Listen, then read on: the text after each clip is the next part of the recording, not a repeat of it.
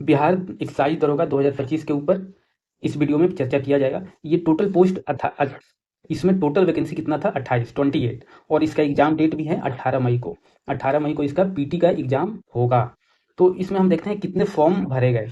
इसमें आप देखिएगा कि कितने फॉर्म भरे गए और इसकी रणनीति क्या होनी चाहिए, क्योंकि इसका रणनीति आप मैं जो बता रहा हूँ वो फॉलो कीजिएगा, तभी आप एक्साइज दरोगा बन सकते हैं, क्योंकि इसमें फाइट कंपटीशन बहुत ही ज़्यादा है।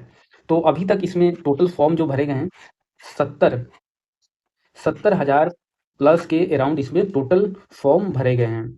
70,000 के अराउंड इसमें फॉर्म भरे गए हैं। जो पिछली बार वैकेंसी आई थी एक्साइज दरोगा की 64 पोस्ट के लिए, इसमें 1 लाख प्लस के अराउंड फॉर्म भरे गए थे और ये 28 पोस्ट आया है, इसमें 70,000 के लगभग फॉर्म भरा गया है। तो इसका जो 1 लाख फॉर्म भरा गया था, इसमें कितने बच्चे अपियर हुए थे? इसमें आप देखिएगा तो 45,000 के अराउंड बच्चे पीटी का एग्जाम दिए थे। और ये क्या है कि 64 पोस्ट था, तो इसका भी कट ऑफ हाई ही गया था।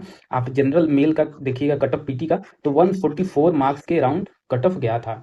तो ये मान के चलिए कि इसका कट ऑफ हाई जाएगा, क्योंकि इस बार 28 पोस्ट है और 70,000 प्लस फॉर्म के अराउंड भरे गए हैं अप्लाई किए हुए लड़के। तो ये पूरा देते नहीं है, इसमें भी मान के चलिए आप 40,000 के आसपास, 40,000 के आसपास बच्चे पीटी का एग्जाम देंगे, जो 18 मई को होगा। तो इसका भी कट ऑफ हाई ही जाएगा, इसका भी मान के चलिए 150 प्लस मार्क्स ही जाएगा जनरल मेल का बात करें तो। इसलिए इसमें अच्छे से आपको पढ़ना और कम क्वेश्चन गलत हो, एक्यूरेसी आपकी हाई रहे, तभी आप एक्साइज दरोगा बन सकते हैं। तो इसका क्या रणनीति होनी चाहिए, मैंने पहले भी बताया हुआ है इसका स्ट्रेटजी क्या होना चाहिए एक्साइज दरोगा के लिए। आप जाके देखिएगा मेरा इसके पहले का वीडियो, उसमें मैंने बताया हुआ है कट ऑफ कितना गया था प्रीवियस ईयर का, रणनीति क्या होनी चाहिए, बुक्स क्या होनी चाहिए। इसमें भी मैं एक बार स्ट्रेटजी बता देता हूँ कि जो भी बीपीएसएससी के द्वारा एग्जाम हुए हैं, पीटी हो या मेन्स हो, वो दरोगा का एग्जाम हो, फॉरेस्ट रेंज ऑफिसर का एग्जाम हो, ईएसआई का एग्जाम हो, या इसी का एक्साइज दरोगा का जो पहले एग्जाम हो रखा है, उसका पीटी मेंस का आप लोग पेपर सॉल्व कीजिए। उसका पेपर आप लोग एक बार सॉल्व कीजिए और एक दो बार उसको देखिए, उसके अगर एक्सप्लेनेशन दिया हुआ है तो एक्सप्लेनेशन के साथ पढ़िए, उसको अच्छे से पढ़िए।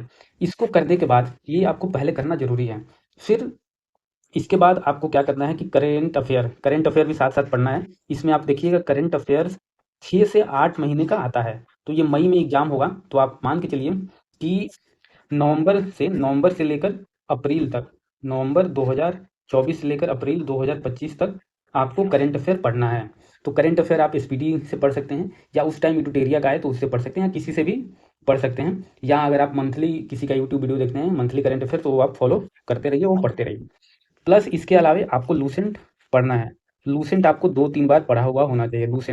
लूसेंट अच्छे से आपको पढ़ा हुआ होना चाहिए, ये पढ़िए। और लूसेंट पढ़ने के बाद आप लोग क्या कीजिए, जो चैप्टर या जो सब्जेक्ट आप पढ़ ले रहे हैं अच्छे से, उसके बाद घटना चक्र का जो पूर्वावलोकन आता है, उस वो क्या है कि पीवाईक्यू ही है, वनडे एग्जाम जो होते हैं स्टेट पीसीएस के डिफरेंट डिफरेंट, तो वो आप लोग लगाइए, घटना चक्र का पूर्वावलोकन ये लगा लीजिए। तो अच्छा हो जाएगा आपका, बहुत ही अच्छा हो जाएगा, और आप आराम से पीटी भी पास कर जाइएगा और फाइनल सिलेक्शन भी आपका हो सकता है। तो ये कीजिए। और मैथ और रीजनिंग के लिए क्या है कि जो भी आप पेपर करेंगे ना, जो मैंने बताया बीपीएसएससी का भी ये पेपर कर लीजिए, जो भी इसने पीटी मेंस करवाया हुआ है, तो उसके अकॉर्डिंग उसमें मैथ और रीजनिंग आया है वो अच्छे से सॉल्व कीजिए।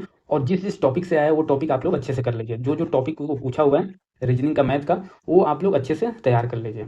तो इसका स्ट्रेटजी मुझे लगता है कि इतना ही लग रहा है, बट ये बहुत ज़्यादा ही है।